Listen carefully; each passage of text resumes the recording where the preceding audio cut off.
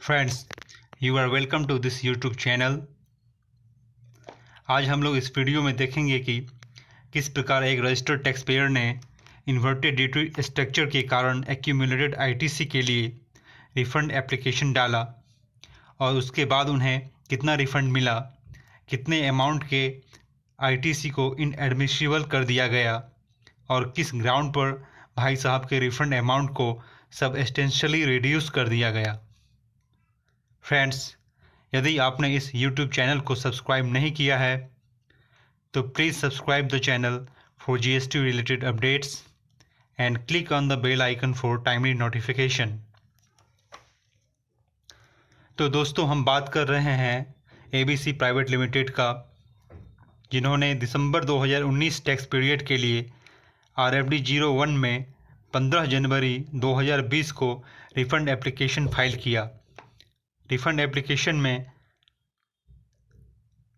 Total 48.39 lakh रुपए का refund amount claim किया गया था। फ्रेंड्स, यह RFD 01 है जिसमें भाई साहब ने टैक्स पीरियड दिसंबर 2019 के लिए accumulated ITC due to inverted tax structure के ग्राउंड पर 48.39 लाख रुपए के लिए रिफ़ंड एप्लीकेशन 15 जनवरी 2020 को फाइल किया। आप देख सकते हैं कि भाई साहब का इन्वर्टेड रेटेड सप्लाई का टर्नओवर 5.96 करोड़ रुपए का है, जिस पर 30.48 लाख रुपए का GST पेएबल बना है। वहीं भाई साहब का एडजस्टेड टोटल टर्नओवर 6.21 करोड़ रुपए का है। उनका उस टैक्स पीरियड के लिए कुल आईटीसी 82.3 लाख रुपए का है, जिसके अगेंस्ट में भाई साहब 48.39 लाख रुपए का रिफ़ंड क्लेम कर सकते हैं।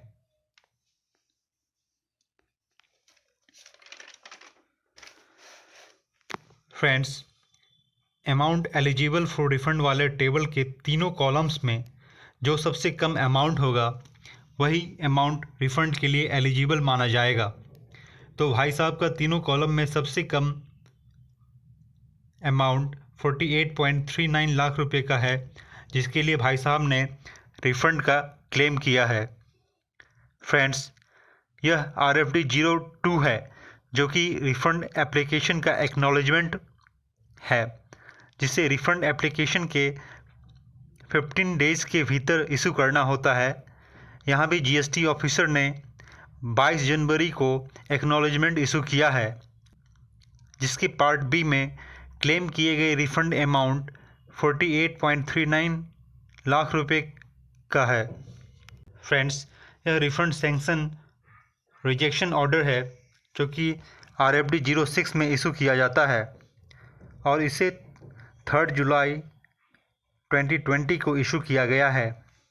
इसमें आप देख सकते हैं कि रिफ़ंड क्लेम अमाउंट 48.39 लाख रुपए का है और सीरियल नंबर 3 में 41.12 लाख रुपए के रिफ़ंड अमाउंट को इनएडमिसिबल कर दिया गया है और भाई साहब को केवल 7.27 लाख रुपए का रिफ़ंड अमाउंट को सैंक्शन किया गया है। फ्रेंड्स, अब क्वेश्चन यह आता है कि GST ऑफिसर ने 41.12 लाख रुपए के रिफ़ंड अमाउंट को इनएडमिसिबल क्यों कर दिया। हम लोग इसके ऊपर डिस्कशन करेंगे।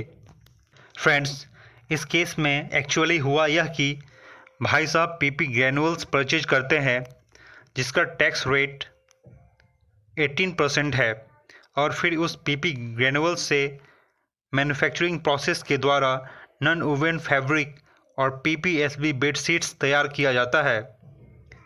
नॉन वूवन फैब्रिक के ऊपर GST 12% के हिसाब से लगता है, वहीं भाई साहब ने PPSB बेडशीट्स के ऊपर GST 5% लगाकर गुड्स को सप्लाई किया। फ्रेंड्स, असेसिंग ऑफिसर के हिसाब से PPSB बेडशीट के ऊपर 5% नहीं बल्कि 12% के हिसाब से GST लगेगा।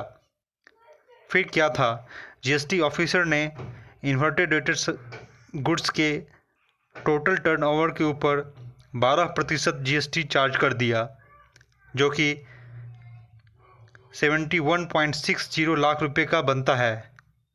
फिर कैलकुलेशन के हिसाब से रिफ़ंड अमाउंट केवल 7.27 लाख का बना और इस प्रकार भाई साहब को रिफ़ंड क्लेम करना महंगा पड़ गया। फ्रेंड्स, अब आप लोग ही कमेंट बॉक्स में लिखकर बताएं कि PPSB बेडशीट के ऊपर GST का क्या रेट लगना चाहिए और इसका HSN कोड क्या है। यदि आप लोगों में से कोई PPSB बेडशीट्स में डील कर रहे हैं तो बी केयरफुल, क्योंकि फ्यूचर में आपके सामने भी यह केस आ सकता है और आपको परेशानी हो सकती है। So be wise, be safe. Friends, यदि आपको वीडियो इन्फॉर्मेटिव लगा हो तो इसे लाइक करें, वीडियो को शेयर करें और यदि आपने चैनल को सब्सक्राइब नहीं किया है तो इसे सब्सक्राइब करें। Friends, thank you for watching.